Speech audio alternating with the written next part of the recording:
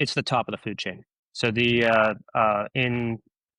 of course, COVID was a pretty big impact. We had the evening news telling everybody that they didn't have to pay rent because the eviction courts were closed, so it was fine. So when you go to have from having pretty close to no vacancy to about 35% overnight in a giant portfolio, that's going to eat through your reserves very, very quickly. It's a really painful thing to have to deal with. And on the debt side, we made sure those guys were paid. I never missed a mortgage payment. It hurt, but we did it because Right. that's what we agreed to do. And so it's a different level of security, and it is much more passive in that way.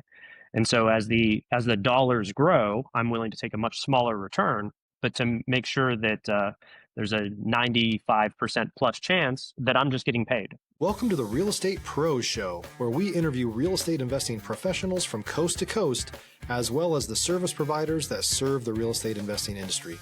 Our goal is simple: share what's working now to help you improve and scale your business to the next level and meet the pros that can help you get there.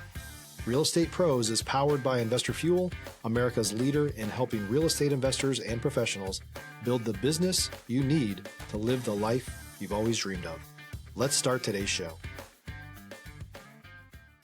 Property insurance for real estate investors doesn't have to be difficult, but it does need to be there to protect you when you need it. MyInvestorInsurance.com not only provides insurance at 15 to 30% cheaper than traditional agencies, it's built specifically for real estate investors like you.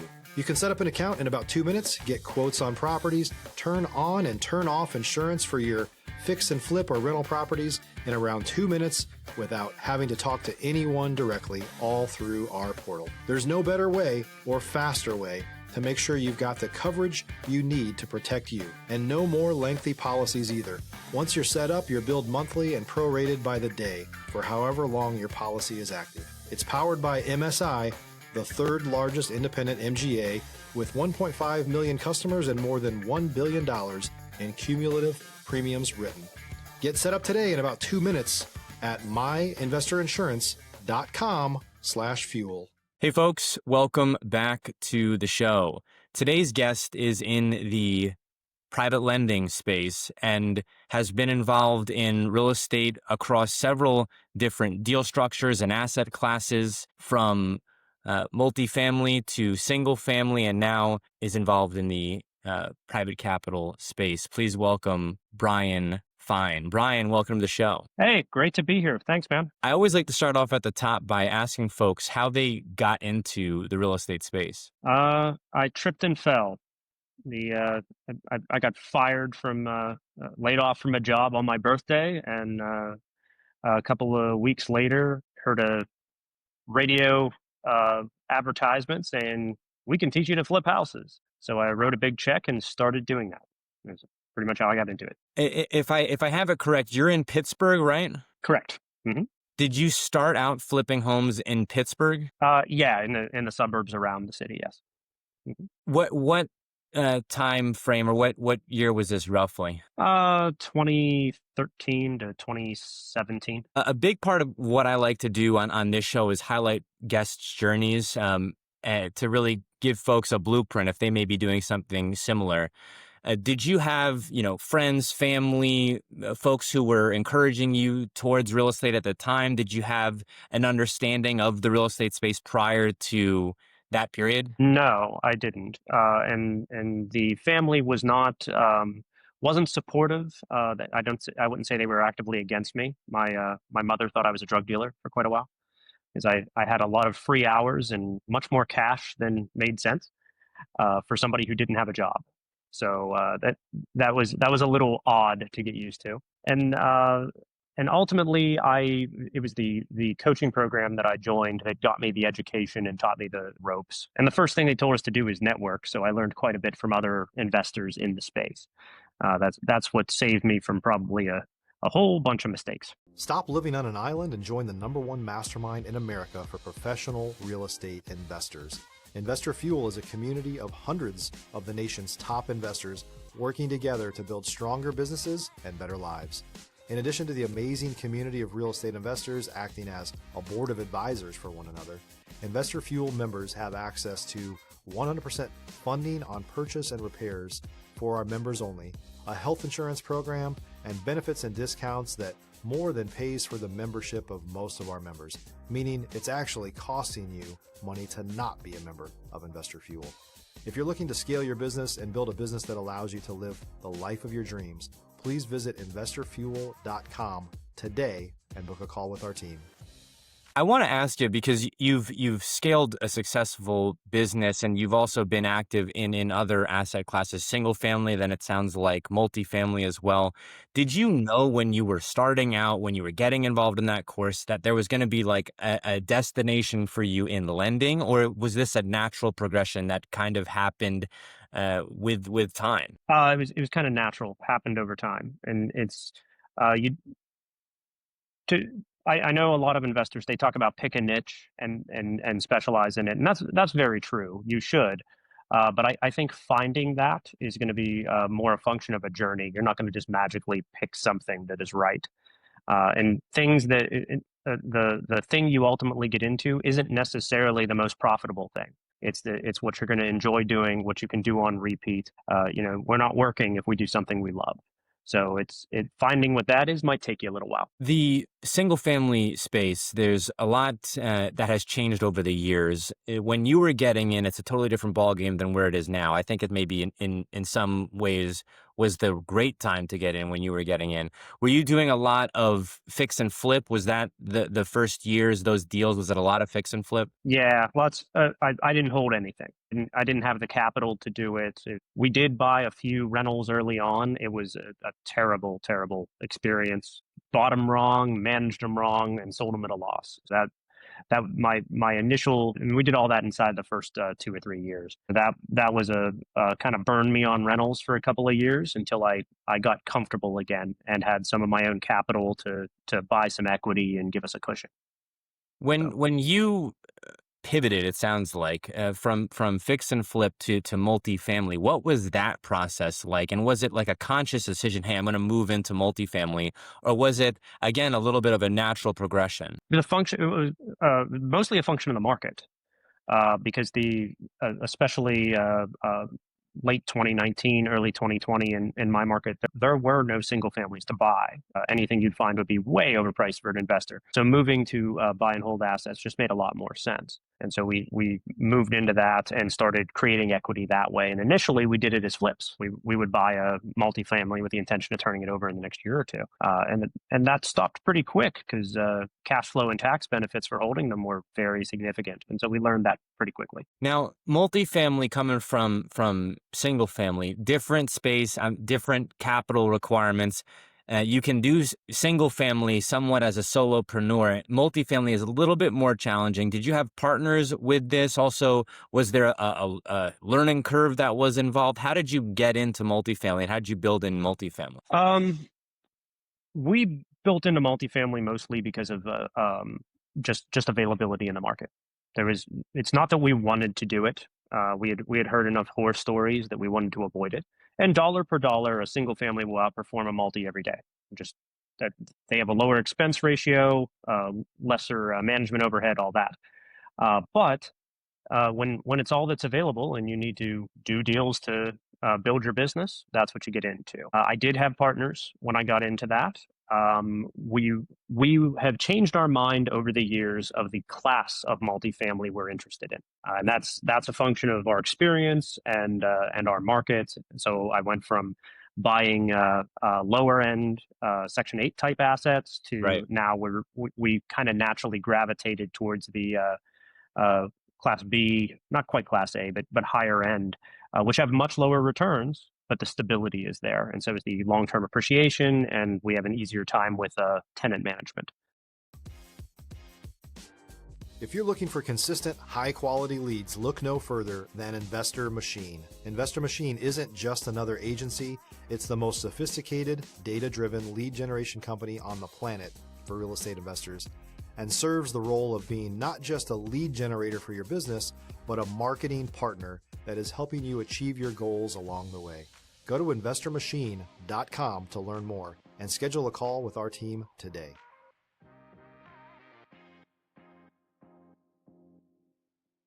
I want to ask you somewhat selfishly about ABC classes, because I've heard this from multiple investors, guests of the show. And to me, in my head, kind of 1,000-foot view on the outside looking in, you mentioned C, I'm thinking Section 8, very much cost effective, government subsidized, that type of deal. B, I'm thinking rental grade, but it's not like brand new. You're not looking at like HGTV level apartments. You're not having like 2 pools and gyms and amenities and this type of thing. That might be one. And then class A, I'm thinking, it's practically flex use commercial. There might be a shopping plaza tied in with it. You've got pools, you've got gyms, and it's the top market rents that are going to be available. Yeah, it's actually a commercial appraisal language, because when you do a appraisal, it would be bad to call a place the ghetto. They aren't allowed to do that. So they came up with the A, B, C, D, and E language. That's all that is. But essentially, your BC, that's middle class. So your upper middle class, lower middle class type zip codes. A would be your upper class zip code, and then you get into D, that's lower income, and E is either a blasted out war zone or an industrial. So it's not even residential. So that's kind of the way those break down. It's it's Okay. it's it's a it's a politically correct terminology, but you pretty much get the point, right? And Yeah. then on any kind of investment, risk and reward are attached, right? So if I go for I only want the class A stuff, that's extremely low risk. It's very expensive. My reward will reflect that. That's a capital retention play. Whereas if I get in the BC middle class stuff, we can make some money. You start getting into the C minus to D stuff, you could make a lot of money, but the risk is there that it won't work out. So Right. where does it fall on your own investing timeline? How much effort are you willing to put into it, and how much can you control your risk? It's interesting because when you think about distressed real estate, a lot of times, having worked in the fix and flip space myself as a wholesaler, you look at some of these deals and you kind of are excited to come across the distress. But then I'm thinking about the multifamily space, and I'm thinking, because there's leverage, because there's increased risk, especially someone who may, even if you've done deals before, this may be new to you, working with distressed multifamily. That has to be a niche within a niche, right? Is there a large market for folks who are looking at, you mentioned D and E asset classes. Is there a large market for folks who are looking at those Ds and saying, can we value add and appreciate? Or is it, if it's in that bad of an area, it's almost like hands off, no one wants to touch it? So it's a different play. So it's not about the cash flow. It's about the taxes. Hmm. So you buy those for tax losses, and most of those areas are opportunity zones, which means if we hold it for 10 years, when we No sell it, tax. there's no capital gain.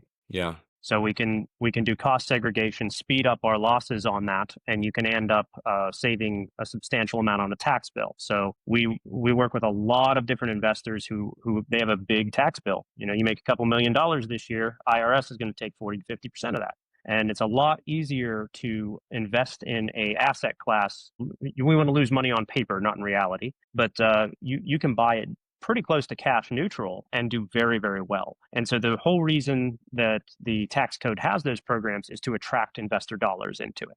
They want us to pay Yeah. for that, Yeah. and they Someone has to value. incentivize you to do it. Right. Yep. You know, So that's uh, what those are for. when I think about that space and all that's involved there, and the tax strategy and how really high level that is, I'm curious. There's lots of opportunity in multifamily. You had the single family background. I have seen this progression very often of folks going from single family to multifamily to lending, and the lending space is broad. But you made a similar transition. Did you see lending at some point in time as, hey, that's the ultimate destination that I want to get to? How'd you get into lending? If you're a new or newer real estate investor looking to launch or grow your real estate investing business, please check out Investor Fuel Club.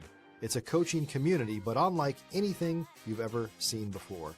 And you can actually partner with members of our mastermind from coast to coast on deals right in your market. There's no better opportunity to build a consistent business than to literally partner with pros to help you avoid costly mistakes, avoid the need for capital to do deals, and help you eliminate your fears as you're starting your business. Learn more about Investor Fuel Club at investorfuel.com/club.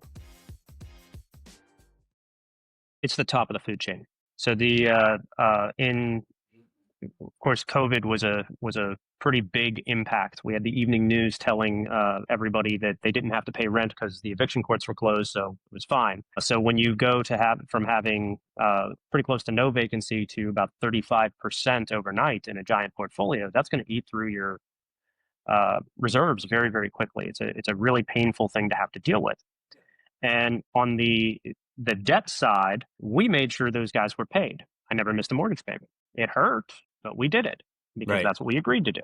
And so it's a different level of security, and it is much more passive in that way. And so as the dollars grow, I'm willing to take a much smaller return, but to make sure that there's a 95% plus chance that I'm just getting paid no matter what's going on in the market. And then if it does go bad, well, then I become the landlord again. Well, I know how to do that, Know so how it's to not do very that. scary. I want to ask a granular question about the lending space and your involvement in it. I mean, there's so many guests that I've had on the show, and then my awareness of the space has grown in general. There's so many different niches within lending, and it seems like everyone is doing DSCR loans, which I thought would have been very much a Hmm. creative type financing, but it turns out traditional mortgage brokers are doing DSCR loans now in order to stay competitive. Do you have a niche that you focus on, whether it's these multifamily deals, single family, or do you lend across the board? We lend mostly across the board. We'll look at a whole variety of things. Most of our borrowers are doing fix and flip, ground up, or buy and hold. I kind of have those three, and we'll do that either as residential or commercial. We do a lot of DSCR, a whole lot of it, because most people don't know that we can do 30-year fixed. So that's a new piece of knowledge to them. They think of us as lending at extremely high interest rates on short Yeah. term. They don't necessarily look at, oh wait, these guys can give me a 7.5% 30-year fixed on my rental property. That's interesting. You're the first person telling me that that's an option. So they could effectively come to you for really all of their needs, because if you're giving them a rate that's competitive for 30 Yeah. years, what's Hmm. the need for them to go anywhere else? So really it's one size fits all as far as any of their lending needs. For investing, yes. I would never touch or get near the owner occupancy space. That's an entirely different world, and I have nothing to do with it. So business purpose investment only is how we look at it. I want to ask you about the regionality of lending. I know that you're in Pittsburgh. You've got partners that are in the Florida area. I've had so many guests on the show, again, in the lending space. I've seen a trend, which I don't know exactly how recent this is, but lenders seem to be lending really everywhere. And I'm curious how that works, especially as someone I know myself who's experienced how different each locality can be, and how also there's risk if you have to take over this deal. You have to have boots on the ground. You have to be familiar with it. How do you approach lending across state lines? It really boils down to an appraisal, right? So we use a appraisal management company. It's a neutral third party. When we initiate an appraisal, we order it, they pay for it. Neither of us knows who's going to be the appraiser. So it's the most neutral valuation of the asset we can get. And we use that as our basis for loan amounts and DSCRs and all that. So it doesn't matter what market I'm in because I will get all the relevant data. What really changes state over state are the foreclosure laws. And so we have legal that we use, and that's why there's a legal fee with every loan. Because there are custom loan docs for every state updated to the latest case law. That's where your biggest changes are. And there's Okay. certain ones, like I'll give you a simple example. I'm in Pennsylvania. Pennsylvania has a rather silly law that's just the way it's written. Basically means you can't do prepayment penalties here.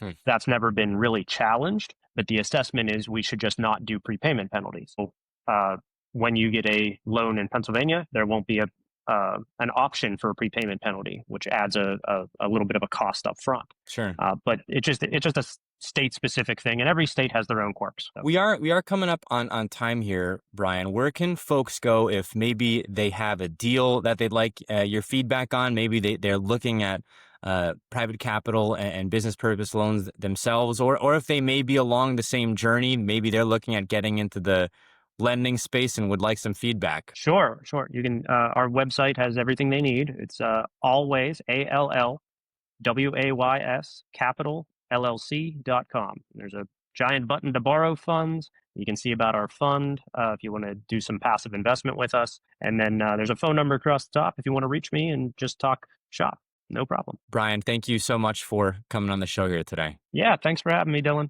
Great to be here. Thanks for joining us for today's Real Estate Pros Show.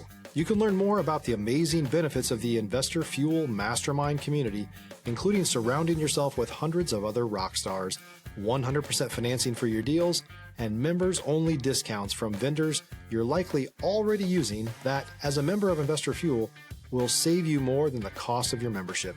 Visit investorfuel.com to learn more. If you're interested in joining us as a guest of this show, please visit investorfuel.com/pros to apply.